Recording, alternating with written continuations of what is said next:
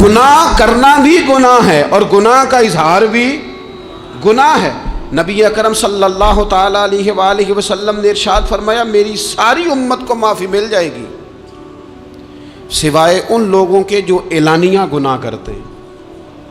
یہ بخاری مسلم دونوں میں حدیث موجود ہے۔ جو اعلانیہ گناہ، جنہوں نے خود ساری دنیا کو گواہ بنا لیا، میں نے یہ بھی جرم کیا، یہ بھی کیا، یہ بھی کیا، یہ بھی کیا، خود انہوں نے لوگوں کے، بہت بڑے غافل آدمی کی علامت ہے کہ گناہ کرے اور پھر اوپر سے اعلانیہ گناہ کرے، اتنا بڑا جرم کرے۔ جب بندہ بہت زیادہ غافل ہو جاتا ہے پھر اعلانیہ گناہ کرنے لگتا ہے۔ ایک گناہ، پھر اس کا اظہار گناہ۔ ایک بندہ، حدیث پاک میں آتا ہے، ایک بندہ رات کو کوئی غلطی کرتا ہے، اللہ تعالیٰ اس پہ پردہ ڈال دیتا ہے، لیکن وہ سویرے خود لوگوں کو بتاتا پھرتا ہے میں نے یہ کیا، میں نے یہ کیا۔ جب آپ اظہار گناہ کرتے ہیں نا تو سامنے والا بھی دلیر ہوتا ہے، کہتا ہے اس نے کیا میں کر لوں گا تو پھر کیا ہوا۔ ہمارے علماء نے لکھا ہے کسی کی نماز قضا ہو جائے تو کسی کو بتائے نہ، قضا پڑھ ڈالے، اس کا جگہ جگہ ذکر نہ کرے۔ جب آپ کہیں گے نا میری قضا ہو گئی تو آپ کے ساتھ رہنے والا بچہ دوست سمجھے گا یار اس کی قضا ہو گئی ہے تو میری بھی ہو جائے گی تو کیا ہوگا۔ آج کل لوگ کہتے نہیں میں کو اکیلا کر رہا ہوں، ساری دنیا ہی کرتی ہے۔ اور جناب کیا ہو گیا اگر یہ غلطی ہو گئی تو بندے سے ہو ہی جاتا ہے۔ گناہ کو معمولی سمجھنا، چھوٹا سمجھنا اور کہنا پھر کیا ہو گیا ہے، انسان سے غلطی ہو جاتی ہے۔ آپ دیکھ لیں کہ سینکڑوں بیسیوں گناہوں کا بوجھ ہمارے سروں پہ ہوتا ہے۔ نبی اکرم صلی اللہ تعالیٰ علیہ وآلہ وسلم نے فرمایا مومن اپنے گناہوں کو پہاڑ کی طرح سمجھتا ہے۔ یہ بخاری میں حدیث ہے۔ مومن پہاڑ کی طرح جانتا ہے اور وہ ڈرتا ہے کہ کہیں وہ پہاڑ اس کے اوپر گر نہ جائے، یعنی کہیں مجھے میرے گناہ کی سزا نہ مل جائے۔ چھوٹے گناہ کو بھی پہاڑ جانتا ہے، یار مجھ سے غلطی ہو گئی، مجھے ٹھیک کر لینی چاہیے، مجھے معافی لے لینی چاہیے، مجھے توبہ کر لینی چاہیے۔ مومن اپنے اوپر گناہ کو پہاڑ کی جانب سمجھتا ہے۔ اور حضور علیہ الصلوۃ والسلام فرماتے ہیں کہ یہ جو فاسق اور فاجر ہوتا ہے نا، اللہ کا نافرمان، یہ گناہ کو مکھی کی طرح سمجھتا ہے۔ یہ سمجھتا ہے میں نے اشارہ کرنا ہے مکھی نے اڑ جانا ہے۔ مومن کی علامت یہ ہے کہ وہ پہاڑ جانتا ہے، اگر غلطی ہو جائے تو پہاڑ۔ امام اعظم ابو حنیفہ رحمۃ اللہ علیہ گزر رہے تھے تو بارش ہو گئی تھی اور کوفہ میں کیچڑ تھا، تو آپ نے جو جوتے پہنے ہوئے تھے ان جوتوں سے چلتے ہوئے نا آپ کے پاؤں سے کچھ مٹی اڑی، تو سامنے کی جو یہودی تھا، اب اس زمانے میں دیواریں کچی ہوتی تھیں، اس کے دیوار پر جا کے وہ مٹی جو تھی وہ لگ گئی۔ اب امام صاحب بڑے پریشان ہوئے کہ میں نے اس کی دیوار کو آلودہ کر دیا۔ یہاں تو لوگ اپنی اینٹیں رکھتے رکھتے کئیوں کی دیواریں توڑ ہی دیتے ہیں، اور پھر وہ اس پر ماننے کو بھی تیار نہیں ہوتے، تسلیم کرنے کو بھی تیار نہیں ہوتے۔ وہ کہتے ہیں پھر کیا ہو گیا، اب ہمارا یہاں گھر ہے تو ہم نے ٹرالی منگوانی نہیں تھی، ہمارا حق بنتا تھا۔ امام صاحب کے پیروں سے ذرا کیچڑ اڑا، یہودی کی دیوار پہ لگا، اس کی کچی دیوار تھی۔ امام صاحب پریشان ہو گئے، سوچنے لگے کہ اگر میں دیوار سے یہ کیچڑ اتارتا نہیں تو یہ بھی زیادتی ہے، میں نے اس کی دیوار کو گدلا کر دیا، اور اگر میں اتارتا ہوں تو کچھ مٹی اس کی دیوار کی بھی اتر جائے گی، کچی دیوار ہے، یہ بھی زیادتی ہے۔ مومن گناہ کو پہاڑ کی طرح سمجھتا ہے کہ کہیں گر نہ جائے، اس کی بھی کہیں سزا نہ مل جائے۔ امام صاحب نے اس کے دروازے پہ دستک دی، وہ باہر آیا تو اتفاق سے وہ آپ کا مقروض بھی تھا، اس نے پیسے دینے تھے۔ باہر نکلتے ہی کہنے لگا اوہ آپ تو قرض لینے آ گئے، میرے پاس تو ابھی گنجائش نہیں ادا کرنے کی۔ تو امام صاحب کہنے لگے تو قرض چھوڑ، وہ میں نے معاف کیا، میرے سے ایک غلطی ہو گئی ہے۔ میں آ رہا تھا، لکڑی کے جوتے اس زمانے میں کھڑاؤں لوگوں نے پہنے ہوتے تھے، کہا وہ میرے پیروں سے ذرا کیچڑ اڑا ہے، تیری دیوار پہ لگ گیا ہے۔ اب میں بڑی دیر سے کھڑا سوچ رہا ہوں کہ اگر میں تیری دیوار صاف نہ کروں تو میں نے یہ میلی کر دی، گدلی کر دی، یہ بھی بات درست نہیں ہے، زیادتی، اور اگر میں اسے صاف کرتا ہوں کچی دیوار سے کچھ مٹی اتر جائے گی تو یہ بھی زیادتی ہے، اب تو بتا میں کیا کروں۔ تو بے موسمہ پھل تھا نا یہ، تو بے موسمہ پھل دیکھ کے بندہ حیران ہو جاتا ہے، جو باتیں روٹین میں نہ ہو رہی ہوں وہ ذرا انوکھی لگتی ہے، بندہ حیران ہو گیا۔ غور سے امام صاحب کا چہرہ دیکھنے لگا، غور سے چہرہ دیکھنے لگا، ابھی تھوڑی دیر سوچنے کے بعد کہنے لگا حضور پہلے میں نے دین اسلام کے بارے میں پڑھا اور سنا تھا، آج میں نے دین دیکھا ہے۔ پہلے میں نے سنا تھا کہ دین اسلام اس طرح کا ہے، آج میں نے دین ہم نہ پوری دنیا کے کافروں کو دین سنانا چاہتے ہیں، دکھانا نہیں چاہتے۔ ہم نیک نظر آنا چاہتے ہیں، نیک بننا نہیں چاہتے۔ ہم نیک نظر آنا چاہتے ہیں، نتیجہ کیا نکلتا ہے کہ کچھ عرصے کے بعد پتہ چل جاتا ہے بندہ کس لیول کا نیک ہے، کیا معیار ہے اس کی نیکیوں کا۔ کہنے لگا حضور پہلے میں نے دین سنا تھا، آج دیکھا ہے۔ آپ وہ مٹی کی دیوار پر جو کیچڑ لگ گیا ہے، دیوار کو بعد میں صاف کیجئے گا، پہلے کلمہ پڑھائیں تاکہ میرے اندر کا کفر صاف ہو جائے، مجھے مسلمان کر دیں۔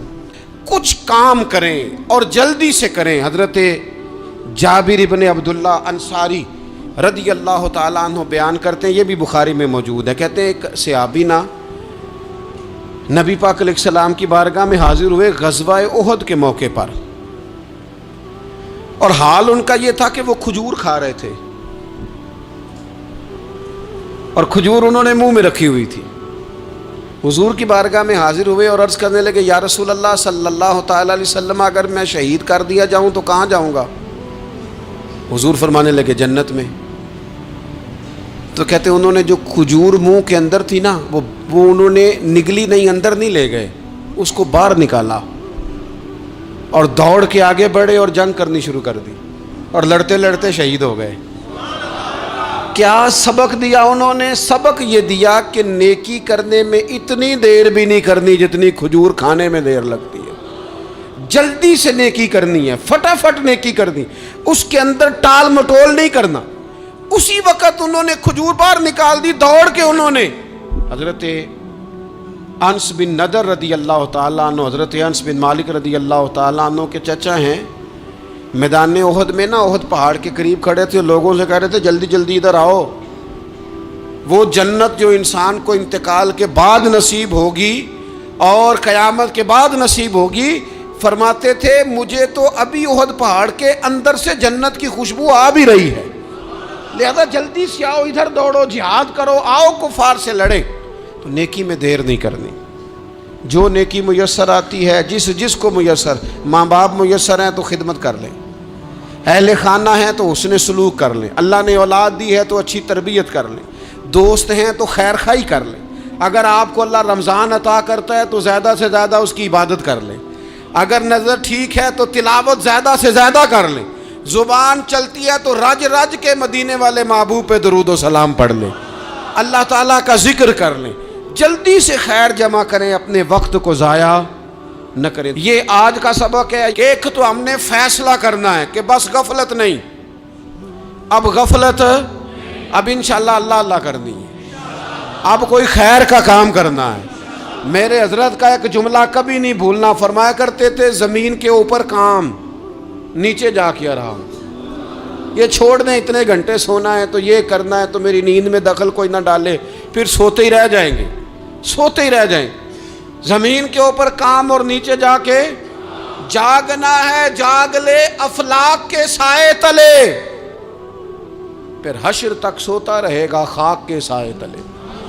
اب جاگ لے افلاک کے سائے کے نیچے، جاگ، کھول آنکھیں، ہر وقت کا سونا، ہر وقت سونا، ہر وقت جو اپنے آرام کی فکر کرنا، اس سے نکل آئیں اور اچھا کھانا اور اچھا پہننا اور بس اپنی مرضی کی زندگی من چاہی جینا، اس سے باہر آئیں، فیصلہ کریں، فیصلہ کہ اب غفلت نہیں کرنی، اگر اللہ نے کوئی صلاحیت دی ہے تو اسے دین کے کام پہ لگانا ہے، کوئی ڈیوٹی کرنی ہے، کوئی خدمت کرنی ہے۔ دیکھو خدمتیں ہو رہی ہیں، صدیق اکبر مال دے رہے ہیں، عثمان غنی مال دے رہے ہیں، مولا علی نے تلوار پکڑی ہے، میدان میں جا رہے ہیں، فاروق اعظم گلی گلی نگر نگر رسول اللہ کے دین کی پہرے داری کر رہے ہیں، حضرت جناب سیدنا سلمان فارسی ابو ذر غفاری حضور کی مسجد میں جھاڑو دے رہے ہیں، اور بلال حبشی وہ نبی پاک کی مسجد میں اذان پڑھتے پڑھتے رب نے اتنا عروج فرمایا کہ کعبے کی چھت پہ کھڑے ہو کے بھی اذان پڑھنی شروع، انہوں نے اذان دے دی۔ تو کوئی کام کرنا ہے، غفلت کو توڑنا ہے اور نیکی کرنی ہے ذرا جلدی جلدی، خیر کا کام کرنا ہے، نہیں ایسے نہیں، فٹافٹ. کیسے جی؟ فٹافٹ. تو فٹافٹ کام کریں خیر کا، جلدی جلدی. تو یہ خیر کا کام فٹافٹ، جلدی جلدی اور بڑی جلدی اور دوڑ دھوپ کے. اور جب آپ کرتے جائیں گے نا تو پھر اللہ تعالیٰ مواقع بناتا جائے گا. اس لیے نبی پاک صلی اللہ تعالیٰ علیہ وسلم نے فرمایا 2 نعمتیں ایسی ہیں جن میں اکثر لوگ غفلت میں ہیں، ایک صحت اور دوسری فراغت. لوگ بلا وجہ وقت ضائع کرتے ہیں. اللہ نے صحت دی ہے، کسی خیر کے کام میں لگائیں. اگر آپ کے پاس فارغ وقت ہے تو قرآن پاک کو یاد کریں، ترجمہ اور تفسیر سے پڑھیں، محبوب پاک علیہ السلام کی احادیث کو یاد کریں، اللہ والوں کی باتیں سنیں. وقت ملے تو عبادات میں لگائیں، نوافل میں لگائیں، تلاوت میں لگائیں، ذکر اذکار میں لگائیں. اور پھر اللہ مزید توفیق عطا کرے تو کسی کے بھلے میں وقت لگائیں. گلی سے کوئی کانٹا اٹھائیں، کوئی روڑا اٹھائیں، کوئی کسی کی مدد کریں. لیکن یہ غافل ہونے کی علامت ہے کہ اپنے وقت کو ضائع کرنا. اور پھر اسی طرح غفلت کی 5ویں علامت یہ ہے کہ اگر بندے کو دنیا سے پورا پیار ہو جائے، یعنی شب قدر میں بھی آ کے کہتا ہے یا اللہ کبھی پیسے دے دینا، شب برات والے دن بھی کہتا ہے کہ مالک اگر کبھی کوئی ایسا سبب لگ جائے نا، یعنی بیت اللہ شریف کے سامنے کھڑے ہو کے بھی اگر اس نے مال ہی مانگنا ہے، وہاں بھی اس نے یہی سوال کرنا ہے. حب دنیا اتنی غالب آ جائے تو یہ غافل ہونے کی علامت. دنیا ضرورت ہے، مقصد نہیں ہے. دنیا کی حاجت ہے، مقصد نہیں ہے. یہ مقصود نہیں. اور جب لوگ فقط دنیا کے مال کو، دولت کو، نبی پاک علیہ السلام نے فرمایا وہ لعنتی ہے جو درہم اور دینار کا بندہ بن گیا ہے، پیسوں کا بندہ بن گیا ہے. مل جائے تو خوش ہوتا ہے، نہ ملے تو تکلیف میں آ جاتا ہے. یہ غافل بندے کی علامت. مومن تو وہ ہوتا ہے کہ دولت رزق حلال ضرور کماتا ہے تاکہ کسی کے آگے ہاتھ نہ پھیلانا پڑے، کوشش ضرور کرتا ہے، پر دنیا کو جیب میں جگہ دیتا ہے، دل میں نہیں دیتا. اس کی جگہ جہاں ہے اسے وہاں رکھتا ہے، اسے دل میں جگہ. دل تو ایک ہے، اس میں رب و رسول کو بسائیں گے یا کسی اور کو بسائیں گے. تو حب دنیا یہ غافل ہونے کی بہت بڑی علامت ہے. پھر اسی طرح جو بندہ رب کریم کو جانتا نہیں نا، وہ بھی غافل ہو جاتا ہے. ایک تو جو یہ نہیں نہ جانتا کہ رب کریم سزا دے گا، مجھے دیکھ رہا ہے، اسے نہ اونگ آتی ہے نہ نیند آتی ہے، جو اس کی معرفت نہیں رکھتا کہ میرا رب ہر وقت مجھے دیکھ رہا ہے، وہ بھی غافل ہو جاتا ہے. جسے پتہ ہونا کہ مجھے دیکھ رہا ہے وہ غافل نہیں ہوتا. اور جو یہ سمجھ لیتا ہے نا کہ شاید معاذ اللہ ثم، اس یقین کو پکا نہیں کرتا، وہ غافل ہو جاتا ہے. اور ایک جو یہ نہیں نہ جانتا کہ رب مہربان کتنا ہے، وہ بھی غافل ہو جاتا ہے. مجھے بتائیے سب سے زیادہ تو بندہ اس کے دروازے پہ جاتا ہے نا جو سب سے زیادہ مہربانی کرنے والا ہو. اس دروازے سے بندہ اٹھتا ہی نہیں. تو جس کو یہ یقین ہو جائے نا سب سے زیادہ کرم فرمانے والی ذات اللہ رسول کی ہے، وہ کبھی رب رسول سے غافل نہیں ہوتا. وہ کبھی اللہ رسول کا دروازہ چھوڑ کے نہیں جاتا.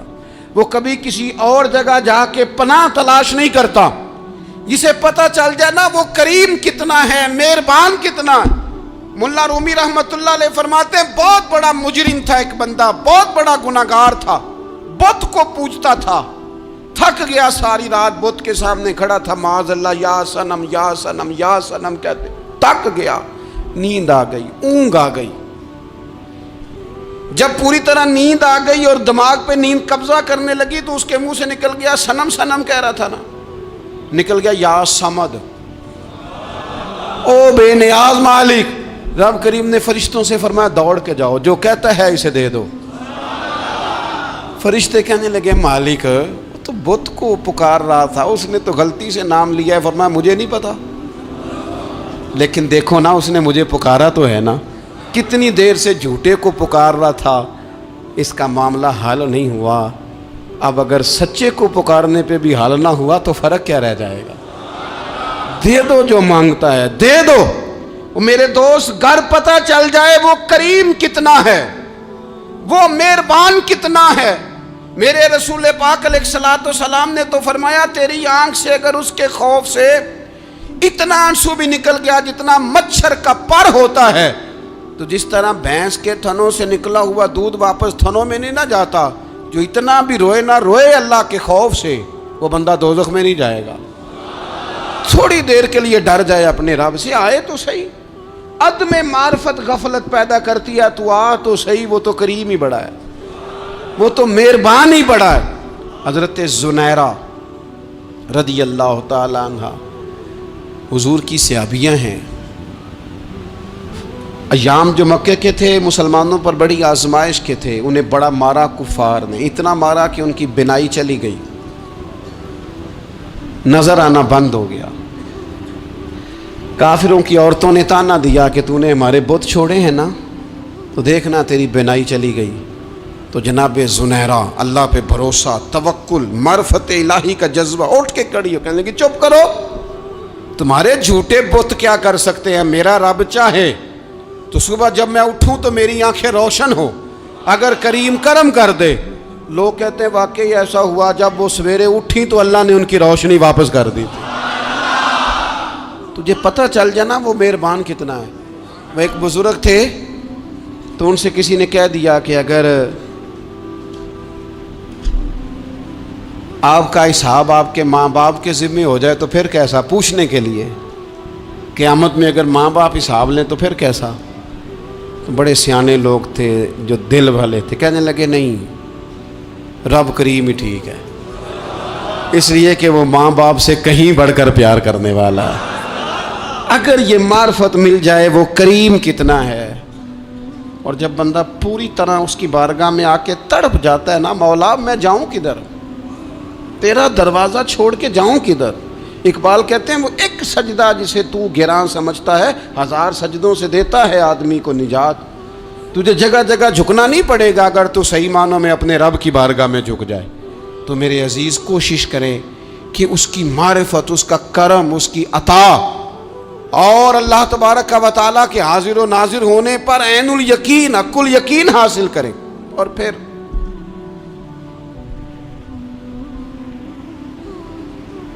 8ویں بات یہ ہے کہ غافل لوگوں کی صحبت بھی بندے کو غافل کر دیتی ہے۔ غافلوں کی صحبت میں نہ بیٹھیں، ان کی صحبت میں بیٹھیں جن کے پاس بیٹھنے سے دل میں رب رسول کی محبت پیدا ہوتی ہے۔ غافلوں سے بچیں۔ چنگیاں دے لڑ لگی ساں تے چولی چ پھل پئے، تے جدوں میں پیڑیاں دے سنگ رل گئی تے میرے اگلے بھی ڈول گئے۔ برے آدمی کی صحبت بندے کو غافل کر دیتی۔ غافلوں کی صحبت میں کبھی نہ بیٹھیں، کبھی نہیں۔ غافل آدمی آپ کو غافل کر دے گا۔ میرے نبی پاک علیہ الصلوۃ والسلام نے فرمایا انسان اپنے دوست کے مذہب پر ہوتا ہے۔ یہ بہت بڑے لفظ ہیں۔ فرمایا المرء علی دین خلیلہ، انسان اپنے دوست کے مذہب پر ہوتا ہے۔ تو دیکھ تو نے دوست کس کو بنایا ہے، جو تیرے دوست کا مذہب ہوگا وہی تیرا ہو جائے گا۔ ہم نے دوست بنایا نا غوث پاک جیلانی کو، ہم نے یاری لگائی ہے نا داتا علی اجمیری سے، ہماری نسبت ہے نا معین الدین اجمیری سے، ہمارا تعلق ہے نا بہاؤالدین زکریا ملتانی سے، ہمارا رشتہ ہے نا حضرت مجدد الفسانی سے، ہم ماننے والے ہیں نا اعلیٰ حضرت بریلوی کے، ہمارا تعلق ہے کبھی جماعت علی سے کبھی مہر علی سے، ہمارا ان سے تعلق ہے تو صبح شام ہماری زبان پہ رہتا ہے بالغ العلا بکمالہ کشفت دجا بجمالہ حسنت جمیع خصالہ صلو علیہ وآلہ۔ ان سے تعلق جڑا ہے نا تو کئی دفعہ تنہائیاں تڑپا دیتی ہیں اور تڑپ کے کہتے ہیں اج سکھ متراں دی ودھیری، اج سکھ متراں دی، سکھ کہتے ہیں اڈیق کو، متر کہتے ہیں محبوب کو۔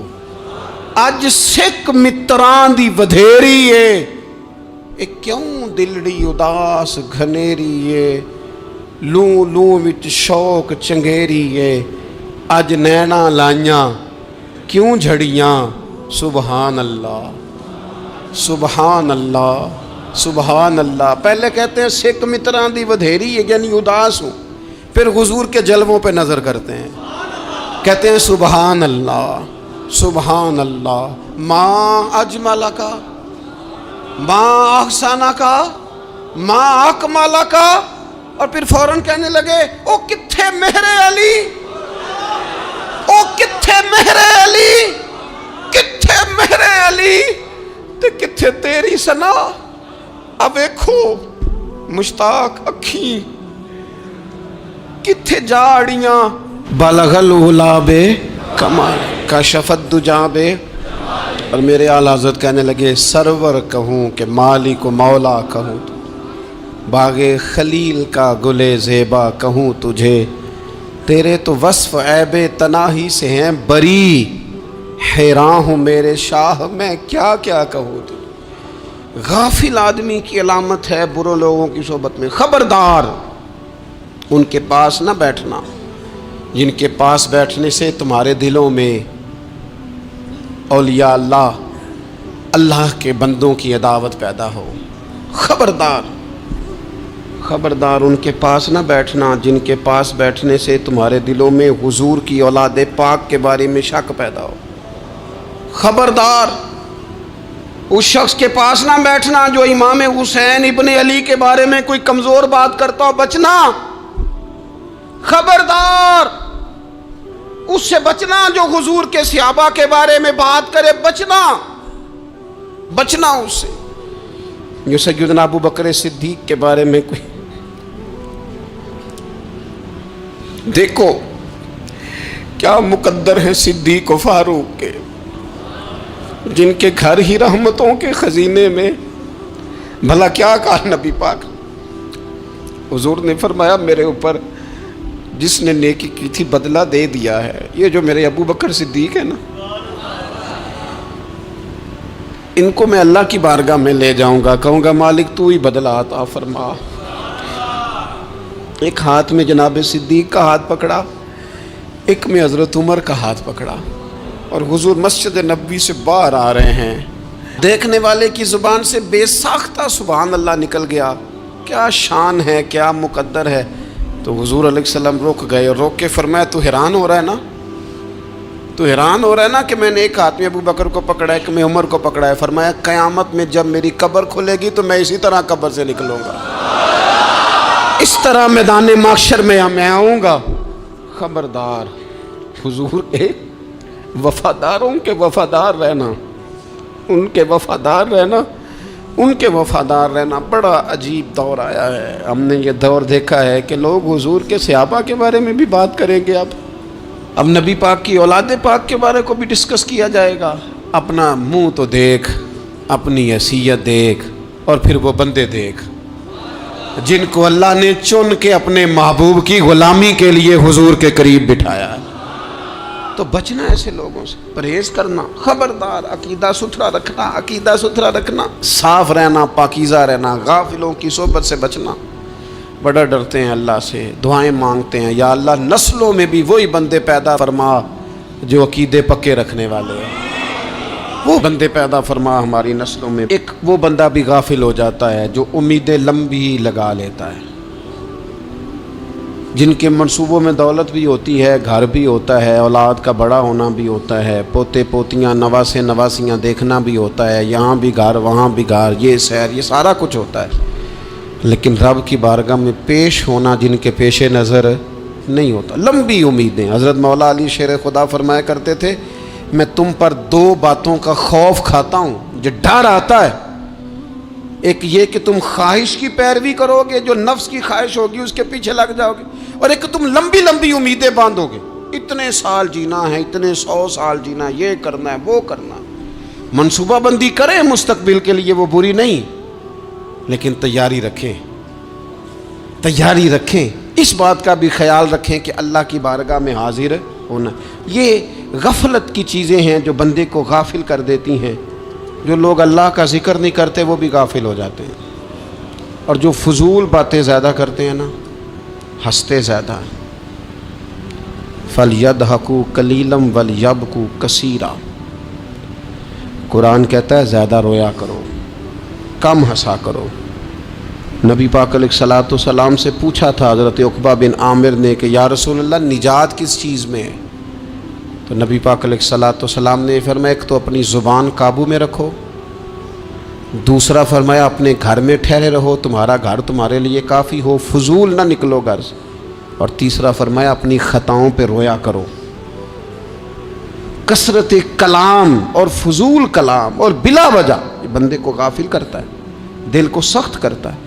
یہ چند چیزیں ہیں جو انسان کو غفلت میں ڈالتی ہیں۔ اپنے آپ کو ان چیزوں سے بچائیں اور غفلت کو توڑیں۔ آپ کے ذمے میرے ذمے جو حقوق و العباد ہیں ان کا پتہ کریں، جو اللہ رسول کے حقوق ہیں ان کی خبر دیکھیں، ہماری جو ذمہ داریاں ہیں ہم کس طرح انجام دے رہے ہیں اس پر توجہ کریں، اپنے معاملات کو ٹھیک کریں۔ ہم انسان ہیں، کوتاہیاں تو رہ جائیں گی، لیکن جب کوشش کریں گے تو پھر رب تعالیٰ مدد بھی فرمائے گا۔ ایک بات اور کرنی ہے، ایک تو میں نے عرض کیا غفلت کو توڑنا، ایک دوسری بات قرآن مجید کا ایک سبق اور، جب غفلت توڑنی ہے تو پھر لازمی طور پر ایک کام کرنا پڑے گا۔ میں نے یہ عرض کیا تھا کہ پلاننگ نہیں کرنی، فیصلہ کرنا ہے۔ تو فیصلہ کرنا ہے تو کرنا کیا ہے؟ پھر قرآن حکیم نے سورہ بقرہ میں کہا فاستبقوا الخیرات، یعنی تم نیکیوں کی طرف دوڑو، جلدی جلدی نیکیاں کرو، فٹافٹ، دیر نہ کرو۔ فٹافٹ سے مراد یہ نہیں کہ نیکی جلدی جلدی کر جاؤ، یعنی ٹال مٹول نہ کرو خیر کے کام میں، کل کریں گے پرسوں کریں گے، عمرہ کر رہے ہیں پھر نیکی ہیں، حج کر رہے ہیں پھر نیکی ہیں، بچے بیال ہوں پھر میں نیک ہوں، یہ تھوڑا سا یہ کام ٹال مٹ، فاستبقوا الخیرات، نیکیوں کی طرف دوڑو، جلدی کرو، بھاگو۔ نبی پاک صلی اللہ تعالیٰ علیہ وسلم نے فرمایا 5 چیزوں سے پہلے غنیمت جانو۔ حضور علیہ الصلوۃ والسلام فرمانے لگے ایک تو تم جوانی کو نہ بڑھاپا آنے سے پہلے غنیمت سمجھ لو۔ نبی کریم صلی اللہ تعالیٰ علیہ وآلہ وسلم ارشاد فرمانے لگے کہ اپنی صحت کو غنیمت جان لو بیماری آنے سے پہلے۔ پھر حضور علیہ الصلوۃ والسلام فرمانے لگے اگر اللہ نے تمہیں مال دیا ہے، وسعت دی ہے، تو نیکی کر لو، خرچ کر لو اللہ کے راستے میں، خدا نہ خواستہ تم پر غریبی آ جائے۔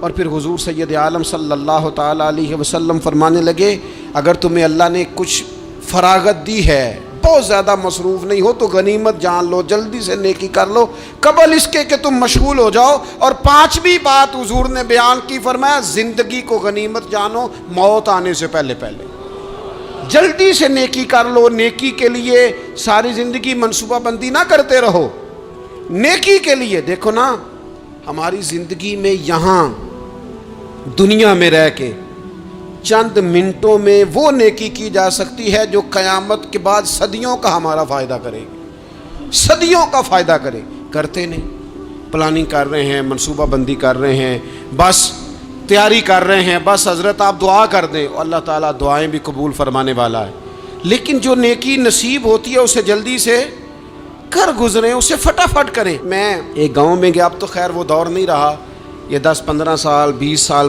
پہلے نا جو نوجوانوں کی مصروفیات ہوتی تھیں ان میں سے ایک مصروفیت یہ ہوتی تھی کہ گندم لے کے چکی پہ جانا ہے، آٹا پسوا کے لانا ہے۔ یہ ایک بڑی، چونکہ سبھی گھروں کے اندر سال کے لیے گندم سٹاک کر لی جاتی تھی، تو گندم لے کے جانا یہ ایک ڈیوٹی ہوتی تھی۔ ایک نوجوان ایک گاؤں میں، اس کی مجھے تعریف سننے کو ملی، تو ایک بوڑھی اماں کہنے لگی یہ تو بڑا نصیباں والا ہے، سارے دا ہی آٹا پیا لے ہوندا ہے، اور آتے جاتے پوچھ لیتا ہے کہ اماں کوئی، کہنے لگی میرے بچے باہر ہوتے ہیں، یہ مجھے دوائی بھی لا دیتا ہے شوگر کی، میں مریضہ ہوں۔ یعنی خیر جتنی ہو سکے، جتنی۔ میرے ایک سنگی ہیں، تو سڑک پہ کوئی بندہ کھڑا ہوتا ہے نا، اللہ تعالیٰ انہیں سلامت رکھے، بندہ کھڑا ہوتا ہے تو کہتے ہیں میں اس سے پوچھ لیتا ہوں بابا جی کدھر جانا ہے، فلانی جگہ جانا ہے، تو کہتے ہیں میں موٹر سائیکل پہ بٹھا لیتا ہوں۔ بندہ دیکھ کے مجھے سمجھ آ جاتی ہے ضرورت مند ہے، کوئی چور نہیں، کوئی ڈاکو نہیں، ضرورت مند ہے، میں اسے منزل تک، نیکی جتنی میسر آئے، جس حد تک میسر آئے۔ کیا کہا ہمارے نبی پاک علیہ السلام نے؟ حضور نے ہم سے فرمایا کچھ نہ ہو سکے تو بات ہی مسکرا کے کر لینا، اس پر ہی اللہ صدقے کا ثواب عطا کر۔ فاستبقوا الخیرات، جلدی سے نیکی کر لو، اپنے نامہ اعمال میں روز نیکیاں جمع کرو، کوئی نہ کوئی خیر کا کام روز کرو اور جلدی سے کرو۔ صحیح مسلم میں حدیث ہے، نبی پاک صلی اللہ تعالیٰ علیہ وسلم فرمانے لگے جلدی جلدی نیکی کے کام کر لو ان فتنوں سے پہلے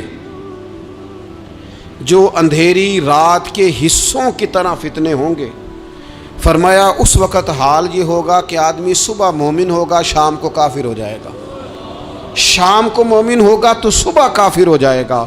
اور فرمایا لوگ دنیا کے بدلے اپنا دین تک بیچ ڈالیں گے۔ معاذ اللہ جھوٹی قسمیں نہیں کھائی جاتی، جھوٹا قرآن مجید نہیں لوگ اٹھا لیتے۔ لوگ دنیا کے لیے دین بیچ ڈالیں گے، اس سے پہلے جب فتنے اتنے زیادہ ہو جائیں، اس سے پہلے نیکی کر لو، کوئی خیر کا کام کر لو، جلدی سے کچھ ایسا کر لو۔ حضرت عقبہ بن حارث رضی اللہ تعالیٰ عنہ فرماتے ہیں یہ دیکھیں ہمارے نبی پاک علیہ السلام کی سیرت کیا ہے، حضور کا اسوہ کیا ہے، نبی پاک علیہ السلام ہماری تربیت کس طرح کرتے ہیں۔ حضرت عقبہ بن حارث رضی اللہ تعالیٰ عنہ کہتے ہیں ہم نے نبی پاک علیہ السلام کے ساتھ عصر کی نماز پڑھی، یہ صحیح بخاری میں موجود ہے۔ فرماتے حضور سلام پھیرتے ہی فوراً اٹھ کے گھر تشریف لے گئے۔ یہ ہمارے لیے انوکھی بات تھی، غیر متوقع تھی، پہلے کبھی ایسا ہوا نہیں۔ سلام پھیرا نماز کا، حضور جلدی سے تشریف لے گئے۔ اب ہم حیران تھے اور حیرت انگیز طور پر حیران تھے کہ کریم اتنی جلدی تشریف لے گئے۔ تھوڑی دیر ہوئی حضور واپس آ گئے تو محبوب پاک علیہ السلام فرمانے لگے گھر میں ایک چھوٹی سی ڈلی، ایک چھوٹا سا ٹکڑا سونے کا پڑا تھا، مال آیا تھا سارا صدقہ کر دیا، وہ تھوڑا سا پڑا تھا، اچانک مجھے یاد آیا وہ تو پڑا رہ گیا۔ تو حضور فرمانے لگے میں نے کہا کہیں ایسا نہ ہو جائے کہ ساری رات گزر جائے اور میرے گھر میں پڑا ہی رہ جائے، میں جلدی سے جا کے اسے خیرات کر دوں۔ میں نے خیرات کیا پھر میں واپس آ گیا ہوں۔ جلدی سے نیکی، جلدی سے نیکی کر لی جائے۔ ہم بڑا انتظار کر رہے ہیں، بڑا لمبا ہمارا پروگرام ہے، ہمارے پاس ٹائم ہی بڑا ہے، کسی نے کان میں کہہ دیا ہے تیرے پاس بڑا وقت ہے، ابھی تو بڑی عمر پڑی ہے، ابھی تو جناب او میرے بھائی یہ لوگوں کے کہنے کی باتیں ہیں، پھر پتہ ہی نہیں چلتا حالات کس طرح کے ہو جاتے ہیں اور کیا معاملات انسان کے ساتھ درپیش ہوتے ہیں۔ جتنی خیر میسر آئے، جتنا بھلا میسر آئے، جتنی انسان کو توفیق ملے۔ میں نے بزرگوں کو دیکھا، اپنے اصحاب کو، پہلے وہ خدام سے کہتے کہ میں سونے لگا ہوں اور پابند کرتے لوگوں کو کہ فلاں وقت، بزرگوں کو میں نے دیکھا اپنے، وہ پابند کرتے لوگوں کو کہ فلاں وقت میں موجود ہوں گا آنا، خود پابند فرماتے، اور پھر جب بیدار ہوتے تو سب سے پہلے خدام کو بلا کے پوچھتے کوئی مہمان تو نہیں آیا؟ وہ جناب آپ نے خود ہی تو پابند فرمایا فلاں دن آنا۔ کہنے لگے چل یار اگر کوئی آیا تو مجھے ملا لو، میری ملاقات کرا لو۔ کیوں؟ اس لیے کہ دور سے آیا ہے، مجھ سے ملنے آیا ہے، کوئی خیر کی بات سیکھنے آیا، چلو میرے نام اعمال میں کو نیکی جائے گی، کچھ نہ کچھ خیر جمع کر لی جائے، کچھ نہ کچھ ڈیوٹی کر لی جائے۔ دو باتیں آج آپ نے لے کے جانی ہیں گھر، یہی لنگر ہے، یہی آپ کے لیے دعا ہے، یہی ہمارے بزرگوں کا فیض ہے، یہی نصیحت ہے کہ آپ نے یہ دو باتیں لے کے جانی ہیں۔ غفلت توڑ دینی ہے، فیصلہ کرنا ہے کہ آج کے بعد غافل نہیں ہونا، اور دوسری یہ بات لے کے جانی ہے کہ نیکی جلدی فٹافٹ فیصلہ، فٹافٹ نیکی، ایک کر کے پھر انشاءاللہ دوسری کر کے پھر انشاءاللہ تیسری کر کے پھر انشاءاللہ چوتھی، یہ شروع کرنی ہے، اور آپ دیکھیں گے اللہ تعالیٰ مہربانی فرمائے گا، مدد کرے گا۔